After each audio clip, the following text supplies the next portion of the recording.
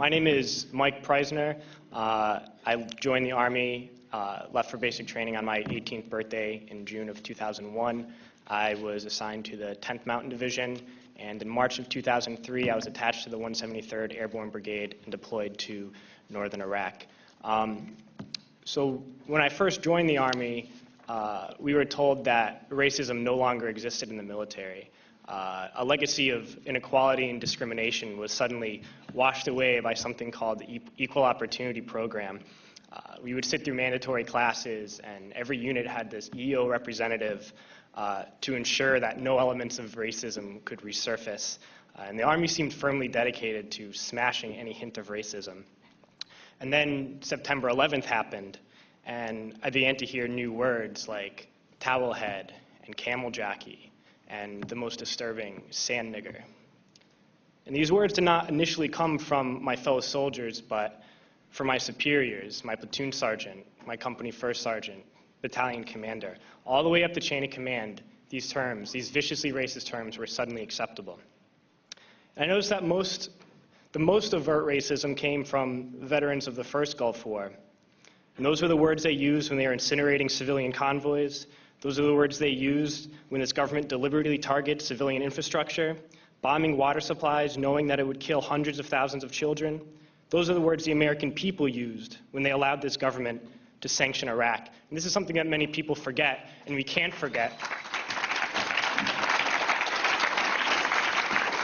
is that we've just learned that we've killed over 1 million Iraqis since this invasion, but we already killed 1 million Iraqis in the 90s through sanctions and bombings prior to this invasion. So the number truly is much higher.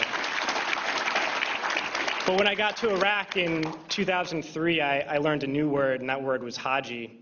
Haji was the enemy. Haji was every Iraqi. He was not a person, a father, a teacher, or a worker. And it's important, we've heard this word a lot during Winter Soldier, but it's important to understand where this word came from. And to Muslims, the most important thing is to take a pilgrimage to Mecca. It's the Hajj, and someone who has taken this pilgrimage is a Haji. And it's something that in traditional Islam is the highest calling in the religion. So we took the best thing for a Muslim and made it into the worst thing. But history did not start with us, and since the creation of this country, racism has been used to justify expansion and oppression. The Native Americans were called savages, the Africans were called all sorts of things to excuse slavery, and Vietnam veterans know of the multitude of words used to justify that imperialist war. So Haji was the word we used. It was the word we used on this particular mission I'm going to talk about. And we've heard a lot about different raids and kicking down the doors of people's houses and ransacking their houses. But this mission was different, a different kind of raid. I never got any explanation for these orders. We were only told that this group of houses, 5 or 6 houses, were now property of the U.S. military, and we had to go in and make those families leave those houses. So we went to these houses and informed the families that those homes were no longer their homes. We provided them no alternative, nowhere to go, no compensation, and they were very confused and very scared and did not know what to do and would not leave, so we had to remove them from those houses. One family in particular, a woman with 2 small girls, a very elderly man and 2 middle-aged men, we dragged them from their houses and threw them onto the street. And arrested the men because they refused to leave, arrested the old man, and sent them off to prison. And at that time, I didn't know what happened to people when we tied their hands behind their back and put a sandbag on their head. But unfortunately, a few months later, I had to find out. We were short interrogators, so I was assigned to work as an interrogator. And I oversaw it and participated in hundreds of interrogations. One in particular I'm going to share with you. It was a moment for me that really showed me the nature of this occupation.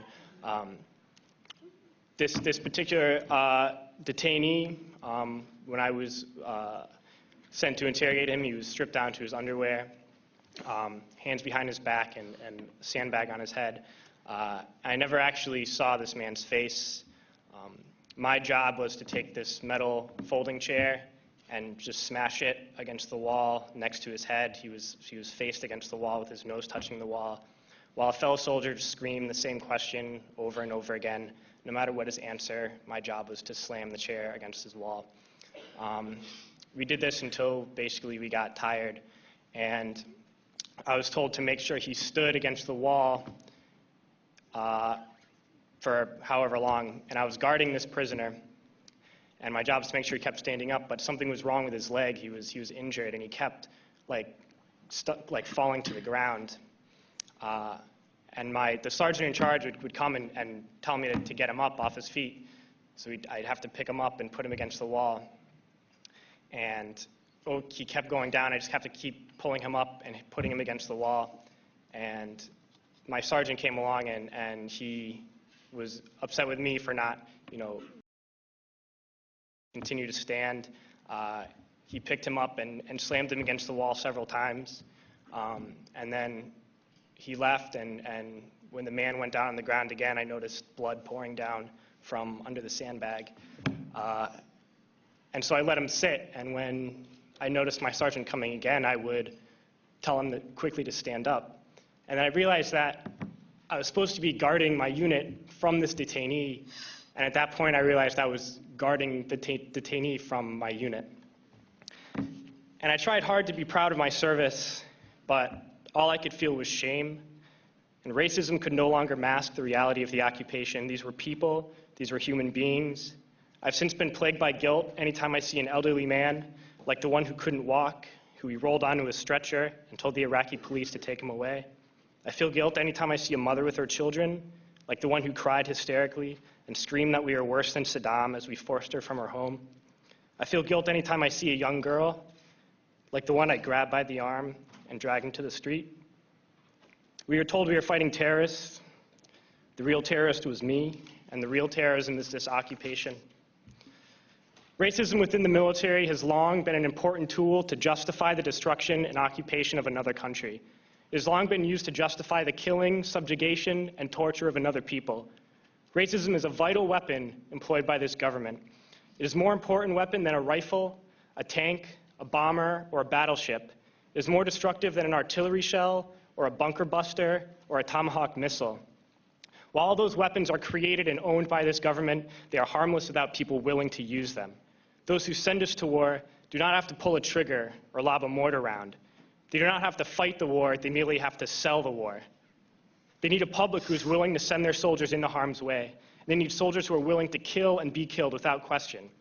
They can spend millions on a single bomb, but that bomb only becomes a weapon when the ranks in the military are willing to follow orders to use it. They can send every last soldier anywhere on earth, but there will only be a war if soldiers are willing to fight. And the ruling class, the billionaires who profit from human suffering, who care only about expanding their wealth, controlling the world economy, understand that their power lies only in their ability to convince us that war, oppression, and exploitation is in our interest. They understand that their wealth is dependent on their ability to convince the working class to die to control the market of another country. And convincing us to kill and die is based on their ability to make us think that we are somehow superior. Soldiers, sailors, Marines, airmen have nothing to gain from this occupation. The vast majority of people living in the U.S. have nothing to gain from this occupation. In fact, not only do we have nothing to gain, but we suffer more because of it. We lose limbs, endure trauma, and give our lives. Our families have to watch flag-draped coffins lowered into the earth.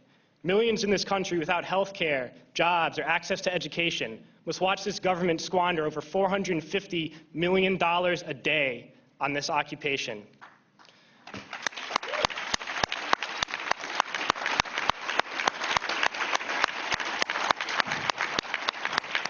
Poor and working people in this country are sent to kill poor and working people in another country to make the rich richer.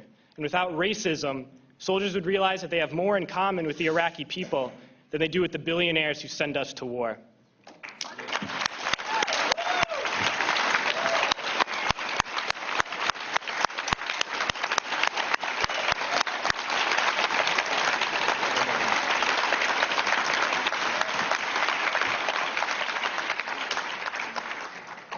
I threw families onto the street in Iraq, only to come home and find families thrown onto the street in this country, in this tragic and unnecessary foreclosure crisis. And we need to wake up and realize that our real enemies are not in some distant land. They're not people whose names we don't know and cultures we don't understand. The enemy is people we know very well and people we can identify. The enemy is a system that wages war when it's profitable. The enemy is the CEOs who lay us off from our jobs when it's profitable. It's the insurance companies who deny us health care when it's profitable. It's the banks who take away our homes when it's profitable. Our enemy is not 5,000 miles away. They are right here at home. And if we organize and fight with our sisters and brothers, we can stop this war, we can stop this government, and we can create a better world.